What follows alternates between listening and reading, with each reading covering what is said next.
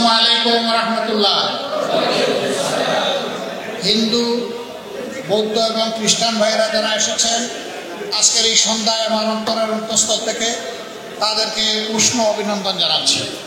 সম্মানিত সভাপতি, বিভিন্ন রাজনৈতিক, সামাজিক, সাংস্কৃতিক, দিনী সংগঠনের ব্যক্তিবর্গ, বিভিন্ন ধর্মীয় সম্প্রদায়ের শীর্ষস্থানীয় নেতৃবৃন্দ, সাংবাদিক বন্ধুগণ, সুধীমণ্ডলী, তাবারাকাল্লাহ শুকরিয়া আদায় করছি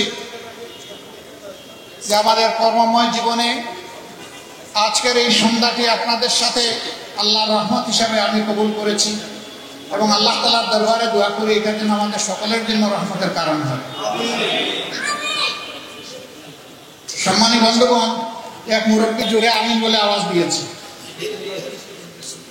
সম্ভবত বয়স 3 বা 3.5 বছর হবে। মাশাআল্লাহ, আল্লাহ তাআলা শুকরিয়া আদায় করি আপনাদের মতো সকলের সাথেই আমি যে আল্লাহ তাআলা 17.5 বছরের জ্বালা যন্ত্রণা এই জাতির বুক থেকে আল্লাহ তাআলা মেহেরবান করে সরিয়ে দিয়েছেন। আলহামদুলিল্লাহ। বছর কিন্তু 15.5 নয়, 17.5। 2006 সালের 28 অক্টোবর পল্টন মোড়ে লগি বইটার টান চালিয়ে যে নারকীয় অবস্থার সৃষ্টি করা হয়েছিল তার ধারাবাহিকতা অব্যাহত ছিল আগস্ট মাসের 5 তারিখ পর্যন্ত। সেই সময় যে সরকার এসেছিল জনাব ফখরউদ্দিন সাহেবের নেতৃত্বে, যেটাকে মানুষ বলতো মঈন ফখর সাহেবের সরকার, এই সরকারটা ক্ষমতায় আসার পরে একজন নেত্রী বলেছিলেন এই সরকার আমাদের আন্দোলনের ফসল। 3 মাসের দায়িত্বে থাকার কথা ছিল। 3 মাসের ভিতরে অর্থবহ, নিরপেক্ষ, সুষ্ঠু, গ্রহণযোগ্য একটি নির্বাচন দিয়ে তারা চলে যাবেন, কিন্তু তাদের খায়েশ জন্মালো যে তারা রাজনীতি করবেন, যার কারণে 3 মাসের সরকার টেনে টেনে তারা 9 মাসে নিয়ে গেলেন। 9 মাস থেকে 2 বছরে নিয়ে গেলেন। যখন 2 বছরে নিয়ে গেলেন, ইতিমধ্যে তাদেরও দুর্নীতির পাহাড় অনেক উঁচু হয়ে গেল। অথচ দুর্নীতির বিরুদ্ধে জিহাদ করে তারা কিন্তু দায়িত্ব শুরু করেছিলেন। যারা দুর্নীতির বিরুদ্ধে জিহাদ ঘোষণা করে দায়িত্ব পালন শুরু করেছিলেন তারাই দুর্নীতিতে এতটা আকণ্ঠ নিমজ্জিত হয়ে গেলেন যে 2 বছরের মাথায় তাদেরকে সেই এক্সিট খুঁজতে হলো। তখনকার 2 জন প্রসিদ্ধ নেত্রীর একজন একজন করে তারা ঘুরেছেন। একজন বলেছিলেন সুষ্ঠু নির্বাচনের মধ্য দিয়ে যেই ক্ষমতায় আসবে সেই সরকার তখন সিদ্ধান্ত নেবে যে আপনাদের কার্যকলাপের বৈধতা দেওয়া যাবে কিনা। আরেকজন বলেছিলেন কাবিল তু জামিয়া, আমি সব কিছু কবুল করে নিলাম, কোনো প্রশ্নই করব না, আপনারা আমাকে সহযোগিতা করুন। তাকেই তারা সহযোগিতা করেছিলেন। তিনি ক্ষমতায় এসেছিলেন। তিনি ক্ষমতায় এসে জাতির বিরুদ্ধে যা যা করেছেন জাতি তার সাক্ষী। প্রথম আঘাতটা দিয়েছেন সেনাবাহিনীর কোমরে, দ্বিতীয় আঘাতটা দিয়েছেন জামাত ইসলামের উপরে, তৃতীয় আঘাতটা দিয়েছেন সারা দেশের সমস্ত রাজনৈতিক দলের উপরে, চতুর্থ আঘাত তিনি দিয়েছেন ওলামা হযরতের উপরে, পঞ্চম আঘাত দিয়েছেন 18 কোটি মানুষের মাথার উপর। আমার দেশের একজন ভিক্ষুক, সে যদি কোথাও ভিক্ষা করার জন্য রাস্তায় দাঁড়াতে চায়, সকালবেলা আগে তাকে ট্যাক্স দিয়ে তারপরে ভিক্ষায় দাঁড়াতে হবে। একজন ভিক্ষুককে জিজ্ঞেস করলাম তুমি সারাদিনে কত পাও? বলে স্যার 1000-1200 পাই। তাই তো তুমি মেলা টাকা পাও। স্যার থাকে না। আমি থাকে না কেন? যে আগেই 50% নিয়ে নেয়। কে নেই? আর এই যে ক্যাডাররা আসে। একজন ভিক্ষুকও বুঝে যে এখানে ক্যাডার আছে। এই ভিক্ষুক সারাদিনে 500-700 যায়, তারও তো পেট আছে, তারও তো পিঠ আছে। সে যখন বাজারে কিনতে গেল তখন তাকে 3 সেঞ্চুরির পেঁয়াজ কিনতে হলো। এদের আমলে পেঁয়াজের কেজি চলে গেল 300 টাকার উপরে। পত্রপত্রিকা প্রথম বললো সেঞ্চুরি কমপ্লিট, তারপরে বললো ডাবল সেঞ্চুরি, এরপরে বললো এবার 3 সেঞ্চুরি। আদা, রসুন, পেঁয়াজ, নিত্য পণ্যের দাম এইভাবে আকাশ ছোঁয়া হয়ে গেল। আপনি যেমন কিনছেন যিনি সম্পদশালী, ওই যিনি রাস্তায় মানুষের দ্বারে দ্বারে ঘুরে হাত পেতে 2 টাকা জমায় তারও তো কিনতে হবে। অতএব এরা সকলের উপরে জুলুম করেছে, সেই অর্থে 18 কোটি মানুষের উপরে জুলুম করেছে। সমস্ত ব্যাংকগুলোকে ফুকলা ডাকাতি করে আর্থিক প্রতিষ্ঠান ধ্বংস করেছে। উন্নয়নের নামে 1 টাকার কাজ 5 টাকা দিয়ে করেছে। দেশের এই টাকাগুলা বিদেশে পাচার করেছে, আবার বস্তা ভরেও রেখেছে। এখন বস্তাগুলা ফেলে জান নিয়ে পালিয়েছে। ধরে নিবে কিন্তু স্বীকার করবে না, নাটক সাজাবে, খুন করবে, ধরে নিয়েছে 3 বছর আগে, বলবে যে আজকে পাওয়া গেছে বংশ, খুন করবে, গুম করবে। এরপরে হয়তো এক সময় খুব ভাগ্য ভালো যাদের, তাদেরকে আদালতে উঠাবে। 3 বছর আগে ধরেছে, বলবে যে গতকালকে অমুক জায়গা থেকে গ্রেফতার করা হয়েছে। এই আচরণ মানুষের সাথে করা হয়েছে। আল্লাহর জমিন কত জুলুম সহ্য করবে? শেষ পর্যন্ত জুলুমের অবসান হয়েছে, আলহামদুলিল্লাহ। এই জুলুমের অবসান এমনি এমনি হয়নি, হাজার প্রাণের বিনিময় হয়েছে। আমাদের অসংখ্য সন্ততি গুলিবিদ্ধ হয়ে তারা আক্রান্ত হয়েছে। আমার ধারণা 500-র ঊর্ধ্বে এরা চিরজীবনের জন্য অন্ধ হয়ে গেছে। এরা আর দুনিয়ার আলো দেখবে না।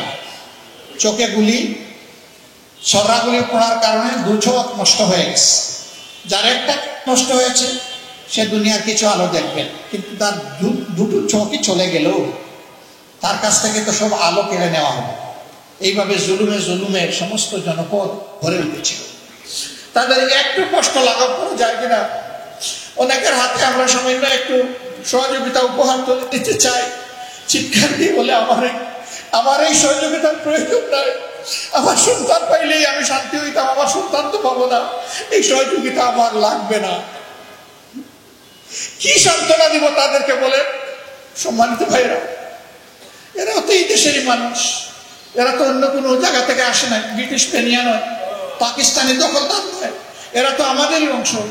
তারা একই আচরণ করলো এই জাতিটার সাথে, বুক ফেটে যায়। ঢাকার 2টা প্রসিদ্ধ মহিলা কলেজ, এগুলোর সাথে কি আপনারা আজ থেকে 3 বছর আগে এই রিপোর্টগুলো দেখেছেন। এই রিপোর্ট দেখার পরে হৃদয় ভাঙে টুকরা টুকরা হয়ে গেছে। কার মেয়ে সব কিছু শেষ করে দিল এই লম্পটরা। এই সংসদ ছিল লম্পটের কারখানা। শেষ পর্যন্ত আল্লাহ তাআলা তার কাজ ঠিকই করেছেন। ও মাকার আল্লাহ, আল্লাহু খায়রুল মাকিরিন। ষড়যন্ত্র করে আর আল্লাহ কৌশল করে। আল্লাহর কৌশলের কাছে সকল ষড়যন্ত্র অচল। সম্মানিত বন্ধুগণ, গত 17.5টা বছর অথবা তারও আগে বাংলাদেশের স্বাধীনতার পর থেকে যারা আপনাদের জমি দখল করেছে গায়ের জোরে অন্যায়ভাবে, ভয়ভীতি দেখিয়ে, যারা আপনাদের ইজ্জতের উপরে হাত দিয়েছে, যারা আপনাদের সম্পদ লুণ্ঠন করেছে, যারা আপনাদেরকে বাস্তুবিটা থেকে বেদখল করেছে, আল্লাহর রাস্তায় আপনারা সাদাকে সাদা বলুন, কালোকে কালো বলুন। সেই ব্যক্তিটি আমার হলে আমার নাম 1 নম্বরে লিখবে। জাতির সাথে খুলাসা করে দেন জাতির সামনে, এরাই দুর্বৃত্ত। তখন জাতি দেখবে যে এরা কারা। বাংলাদেশের যখনই যা হতো তখনই কেষ্টা বেটার উপরে সব ফেলে দেওয়া হয়। যে যাই করে কেষ্টা বেটাই চুপ। নাসিরনগরের ঘটনা ঘটলো হিন্দু সম্প্রদায়ের উপর, সাথে সাথে কোনো বাস বিচার না করে এটা জামাত শিবির করেছে। শেষে গিয়ে দেখা গেল তাদেরই দলের জেলা পরিষদ চেয়ারম্যান আর এমপির লড়াই। তারাই স্বীকার করলো আমাদের সেখানে কোনো সম্পৃক্ততার প্রশ্নই উঠে না, আমরা এগুলাকে ঘৃণা করি, এর সাথে আমাদের কোথাও কোনো সম্পর্ক নেই। এবং আলহামদুলিল্লাহ আমরা বুকে হাত দিয়ে বলতে পারি যে যদি দুষ্কৃতিকারীদের তালিকায় ভাইয়েরা করেন, কোথাও আমাদের একজন লোকের নামও পাবেন না ইনশাআল্লাহ। কারণ আমরা এই কুশিক্ষা দেই না, আমরা নিজে এই খারাপ কাজ করি না, আমাদের কর্মীদেরকে আমরা এলাও করি না। সুন্দরগঞ্জের এমপি গাইবান্দার মারা গেল লিটন সাহেব, প্রধানমন্ত্রী সংসদে দাঁড়িয়ে বললেন এটা জামাত শিবিরের কাজ।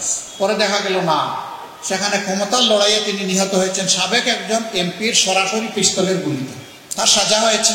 যদি সত্যিই তিনি এটা করে থাকেন তার সাজা পাওয়াই উচিত। কিন্তু শেষ পর্যন্ত আমাদের কোনো সম্পৃক্ততা পাওয়া গেল না। এর মধ্যে আমাদের 27 জন লোককে ধরে এনে অমানবিক এই নির্যাতন ফিরিয়ে দিবে কে? এই যে অন্যায় নির্যাতনটা করা হলো, এই করোনাটা ফিরিয়ে দিবে কে? এরকম যেখানেই যা ঘটে বাস বিচার না করে আমাদের উপর দেবে। এবারকার যে আন্দোলনটা হলো, সেই আন্দোলনে মেট্রো রেলের 2টা স্টেশন এবং টিভি স্টেশন 3টা জায়গায় হামলা হলো, ভাঙচুর হলো, কোথাও আগুন জ্বললো। কিছু না বলে আমাদের নামে চালাই দিল। আমরা বললাম যে জাতিসংঘের অধীনে একটা ফেয়ার তদন্ত হোক। সেই তদন্তে যদি জামাতের একজন সমর্থক, শিবিরের একজন সমর্থকও চিহ্নিত হয় এইরকম ধ্বংসকারী হিসাবে, তাকে আমরাই আইনের হাতে তুলে দেব এবং তার ব্যাপারে যেন সর্বোচ্চ শাস্তি প্রয়োগ করা হয়। আমরা নিশ্চিত এটা দুষ্কৃতিকারীদের কাজ, এটা সাবোটাইজ। এমনকি আমি আরো যোগ দিয়ে বলবো যে এই দেশের কোনো মানুষ তার নিজের দেশের সম্পদ ধ্বংস করতে পারে না। তারা করেছে, সেটা বের হওয়া উচিত। সম্মানিত বন্ধুগণ, এরপরে কথা আসে এখন কি করব? তাইলে তো একটা মজবুত প্রতিশোধ নিতে হবে আমাদের, তাই না? না, আমরা প্রতিশোধ নিব না। প্রতিশোধ প্রতিহিংসার জন্ম দেয়, আর প্রতিহিংসা সমাজের সর্বনাশ সাধন করে। আমরা এই কাজ করব। আমরা কোনো প্রতিশোধ নেব না। বলবেন তাইলে সবাইকে মাফ করে দেওয়া হলো? হ্যাঁ, দলগতভাবে আমরা মাফ করে দেবো, কিন্তু ব্যক্তিগতভাবে যে অন্যায় করেছে, যে জুলুম করেছে, যে অপরাধ করেছে, তাকে অবশ্যই আইনের আওতায় এনে শাস্তি দিতে হবে। যার ফাঁসি হওয়ার হবে, যার যাবজ্জীবন হওয়ার হবে, যার আমৃত্যু, এর আগে কোনোদিন আমৃত্যু ছিল না, আমাদের নেতৃবৃন্দকে দিয়ে আমৃত্যু শুরু হয়েছে। আমৃত্যু সাজা, কারাদণ্ড, সশ্রম, আমৃত্যু। 80 বছরের বয়স হইলে কোনো অসুবিধা নাই, তাকে সশ্রম দিতে হবে। ওখানে মরতে হবে জেলের ভিতরে, তিনি বাইরের আলো বাতাসে এসে মরতে পারবেন না। যার যেটা পাওনা তাকে সেটা দিতে হবে। কেন? তারাই তো বলেছেন আইন সকলের জন্য সমান, আইনের ঊর্ধ্বে কেই নয়। তো এখন দেখি তাদের জন্য একটু সমান হোক আগে। তবে আমরা আবারও বলছি যে একজন নিরপরাধ মানুষও যেন আমাদের কারোই মামলার আসামি না হয়, সেই ব্যাপারে সতর্ক থাকতে হবে। 100 জন দুষ্কৃতিকারী কিন্তু একটা নিরীহ মানুষ, এটা চরম জুলুম, এটা করবো না, কেউ আমরা করবো না, করা উচিত হবে না। আপনি যাদেরকে চিনেন শুধু তার নাম দেন, তাও চিনার মধ্যে লোকটা যদি এই ঘটনার সাথে সম্পৃক্ত না হয়, আল্লাহর কসম তার নামটা দিবেন। এটা হবে জুলুম, এটাও জুলুম। একজন জুলুম করেছে, আমরা আবার পাল্টা জুলুম করতে চাই না। আমরা জুলুমের কবর রচনা করতে চাই এবং আল্লাহ তাআলার কাছে দোয়া করি যে পরবর্তী সরকার জাতি, ধর্ম, বর্ণ, দল, মত নির্বিশেষে সমস্ত মানুষের উপর যেন সুবিচার করতে পারে, সামাজিক সুবিচার যেন কায়েম হয়। এখন যেন বিচারাঙ্গনে গেলে এরকম দৃশ্য দেখতে না হয় যে খুব সুন্দর শুনানি হলো, আস্তে করে যার সাপ ভিতরে ফাঁস কামরায় চলে গেলেন, বাইরে এসে বললেন 5 দিনের 10 দিনের রিমান্ড। কারণ উপর থেকে নাজিল হয়েছে যে ওনাকে এতদিন দিয়ে দাও, ওনাকে এই করো, ওনাকে ওই করো। বিচারকরা তারা বিচার করেননি, তারা মানুষের উপরে তারাও জুলুম করেছে। আমরা জিজ্ঞেস করতাম কেন করেন? কয় যে আমাদের চাকরি বাঁচানোর জন্য। আরেকজনের জীবনের চাইতে আপনার চাকরির মূল্য বেশি। আমি ধন্যবাদ জানাই অন্যান্য ধর্মের ভাইদেরকে। সেদিন আমি ঢাকা মহানগরীর উত্তরে কেন্দ্রীয় মন্দিরে গিয়েছিলাম।